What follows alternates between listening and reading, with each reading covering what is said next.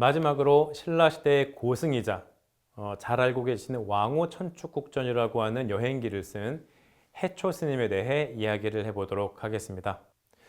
자, 해초와 왕호 천축국전에 대해서는 많이 들어보셨을 거라고 생각을 하는데요. 해초는 신라의 승려로서 구법, 즉 부처의 교리를 구하기 위해 당나라로 건너가게 됩니다. 앞서 말씀드렸듯이 당시 많은 신라인들이 당나라로 건너가는데요. 그중 큰 부류가 바로 이 구법승들이었습니다. 구도승들이라고도 하는데요. 이 당나라로 건너간 신라의 구법승은 대략 180여 명에 이르는데 이 중에서 기록에 그 이름이 정확하게 남아있는 승려만 해도 80여 명에 이른다고 하니 훨씬 더 많은 승려들이 당나라로 건너갔을 것으로 추측할 수 있습니다. 이 당시 당나라는 최대 국제도시이자 또 불교가 융성했던 나라였기 때문에 많은 신라의 승려들이 당나라로 유학을 갔던 것이죠. 자, 그럼 해초는 누구이고 또 왕호 천축국전은 무슨 내용이며 한중관계에 어떤 의미가 있는지 알아보도록 하겠습니다. 자, 해초는 신라에서 태어나서 당나라에서 활동했던 고승입니다. 그리고 해초 같은 경우에는 신라로 귀국하지 못하고 당나라에서 열반을 하게 되는데요. 신라는 이미 8세기가 되면 화려한 불교 문화를 꽃피우게 됩니다. 하지만 당시 이 불교가 더 융성했던 당나라로 불교 유학을 떠나게 되죠. 그리고 큰 관심의 대상이었던 밀교, 즉 7세기 후반 인도에서 성립한 대승불교의 분파로 이 주술적이고 이 진언과 같은 의례를 통해 실현할 수 있는 현실적인 불교를 공부하기 시작합니다. 이후 이 해초는 당나라로 유학한 뒤 719년 지금의 광둥성 광저우에서 인도 승려 금강지를 만나게 됩니다. 자, 인도 승려였던 이 금강지는 해초에게 천축국, 즉 지금의 인도로 가길 권유하였고, 이에 성덕왕 22년인 723년 해초는 광저우에서 배를 타고 인도네시아 수마트라를 거쳐 인도 동해안에 상륙하게 됩니다. 당시 중국에서는 인도를 동서남북 그리고 중앙 5개로 구분하였기 때문에 다섯 천축, 즉 오천축이라고 불렀는데요. 해초도 이 5개의 천축을 모두 돌아보게 됩니다. 그리고 해초는 천축국에서 여행을 끝내지 않고 더 서쪽으로 이동하여 지금의 이란 지역인 파사국을 지나 지금의 이란과 이라크 지역에 있던 대식국이라고 하는 곳까지 탐방을 하게 됩니다. 그리고 4년 동안의 여행을 마친 해초는 727년 당나라의 안서도부가 있었던 지금의 쿠차에 도착한 뒤 이 둔황을 거쳐서 728년 당나라의 수도 장안으로 돌아오게 됩니다. 당시 당나라에 유학했던 신라의 구법승은 약 180여 명 정도였다고 말씀을 드렸는데요. 이 중에 인도로 갔던 구법승은 15명이었고 이 중 10명이 목숨을 잃었습니다. 그리고 중국이나 신라로 돌아온 사람은 5명 뿐이라고 합니다. 그만큼 험난했던 구법 여행이었다고 할 수 있는데요. 해초는 이 5명 중 1명이었던 것이죠. 그렇게 인도로 구법 여행을 다녀온 해초는 당나라 장안에서 이 인도로의 구법 여행을 권유했던 밀교의 대가 이 금강지를 만나 경전을 번역하고 또 저술하는 일에 힘을 쏟게 됩니다. 그렇게 해서 탄생한 것이 바로 이 왕호 천축국전, 즉 오천축국을 다녀온 여행기라는 것을 남기게 되었습니다. 이 왕호 천축국전은 8세기 인도를 비롯해 이 중앙아시아에 대한 세계 유일의 기록인데요. 왕호 천축국전은 당시 이 지역들의 정세와 자연을 비롯해 의복과 언어, 풍습, 경제, 생활, 또 종교 이런 각종 문화에 대해 기술하고 있어서 이 사료로서의 가치가 매우 높다고 할 수 있습니다. 그리고 이 왕호 천축국전이 발견된 곳은 중국의 간수성이라고 하는 사막 지역의 둔황, 그리고 이 둔황의 막고굴이라고 하는 곳인데요. 이 왕호 천축국전은 1908년에 프랑스의 동양학자인 폴 펠리오라는 사람이 이 막고굴의 장경동이라는 동굴에서 왕원록이라고 하는 청나라 문지기로부터 이 희귀한 고서 여러 권을 사들이게 됩니다. 그중 하나가 바로 이 왕호 천축국전이었는데요. 본래는 세 권으로 편찬이 되었으나 지금까지 전해지는 것은 이 약본, 그러니까 짧게 지은 거죠. 약본이고 앞뒤 부분이 유실된 상태입니다. 이 왕호 천축국전은 현재 프랑스의 파리 국립도서관에 보관되어 있습니다.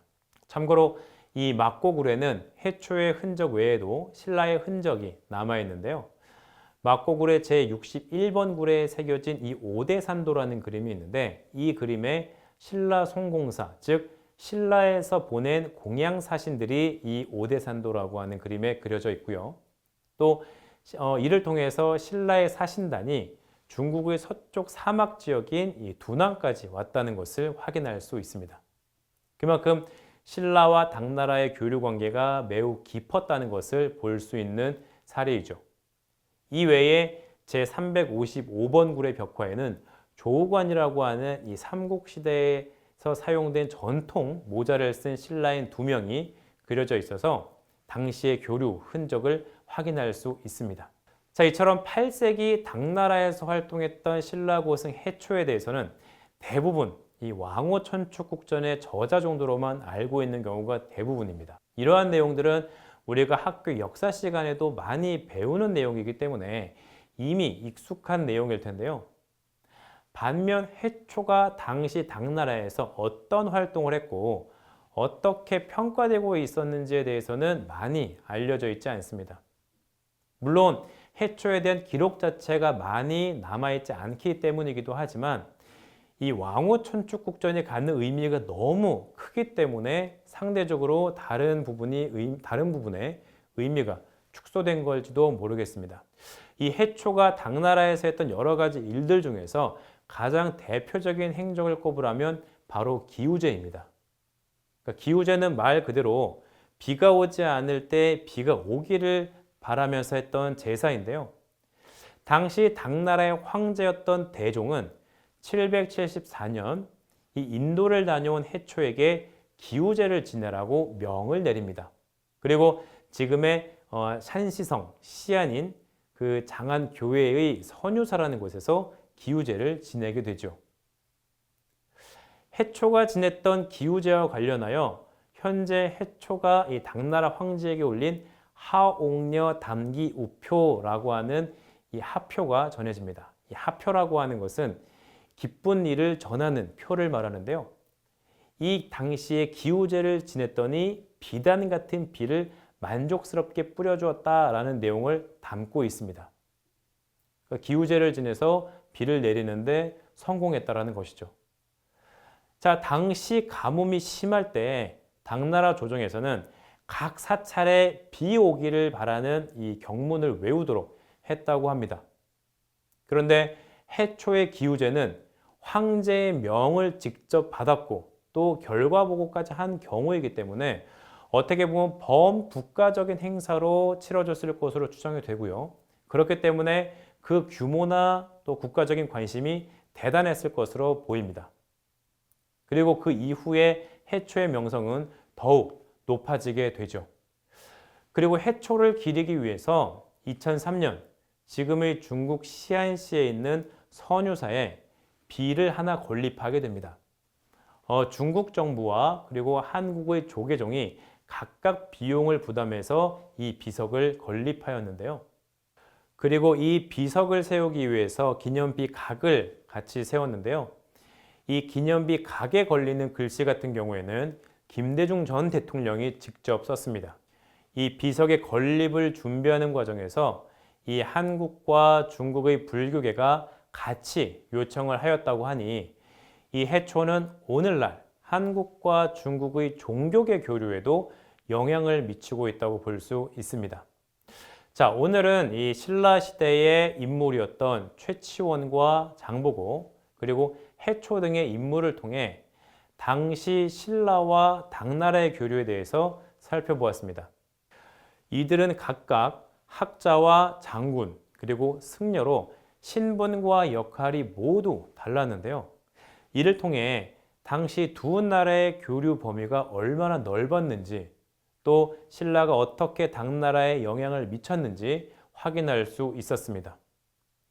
무엇보다 이 천여 년 전의 인물들이 오늘날 한국과 중국의 교류에 중요한 가교 역할을 하고 있다는 점이 무엇보다 중요할 것입니다. 이 문화교류라고 하는 것은 그만큼 오랜 기간 이어질 수 있고 또 상호 깊은 영향을 줄 수 있기 때문에 더 중요합니다. 앞서 언급했던 것처럼 이 국가 관계가 나빠졌을 때는 이런 문화교류의 필요성이 더욱 중요하기 때문에 한국과 중국은 이런 역사적인 문화유산 혹은 문화교류를 더욱더 중요시할 필요가 있습니다. 자, 오늘 수업을 정리해 보도록 하겠습니다. 최치원은 신라시대 유학자로서 당나라로 건너가 빈곤과에 급제하여 당나라에서 벼슬을 냈던 인물입니다. 최치원은 중국 사람들에게도 많은 사랑과 추앙을 받고 있으며 양저우시에 최치원 기념관이 세워져 있습니다. 최치원은 오늘날 한국과 중국의 교류에 있어서도 매우 중요한 가교 역할을 하고 있고요. 매년 10월 15일이면 최치원의 날을 기념해서 행사를 진행하고 있고 또 한중 우호 관계를 유지하고 있습니다. 장보고는 이 당나라에서 장수로서 벼슬을 했을 뿐만 아니라 해상 무역에 눈을 뜨고 이후 청해진을 설치해서 동북아 해상권을 장악한 인물입니다. 장보고는 이 해상권을 장악함으로써 신라, 당, 일본을 잇는 이 무역을 통해 삼국의 문화교류에 중요한 영향을 미쳤고 또 당시 제당 신라인 사회에서도 구심점 역할을 하였습니다. 현지 중국엔 이 적산법화원과 장보고 기념관 등 이 장보고 관련 흔적이 많이 남아 있습니다. 자, 당나라로 이주한 신라인이 증가하면서 대륙의 동쪽 연해 지방에는 신라인 집단 거주지가 생겨나기 시작했고 또 민간 조직인 이 신라원, 신라촌, 신라방이 생겼고요. 그리고 정부 조직으로서 신라관과 신라소가 생겨났습니다. 중국에는 여전히 신라라는 명칭이 포함되어 있는 지명이 남아 있어서 당시의 교류가 얼마나 활발했는지를 보여주고 있습니다. 해초는 당나라를 거점으로 인도를 다녀온 신라의 고승으로 당나라 황제의 명으로 기우제를 지내는 등 당나라에서 활동하였고 또 인도를 다녀온 여행기 왕호 천축국전을 저술하기도 한 인물입니다. 자, 오늘도 강의를 들어주셔서 감사합니다.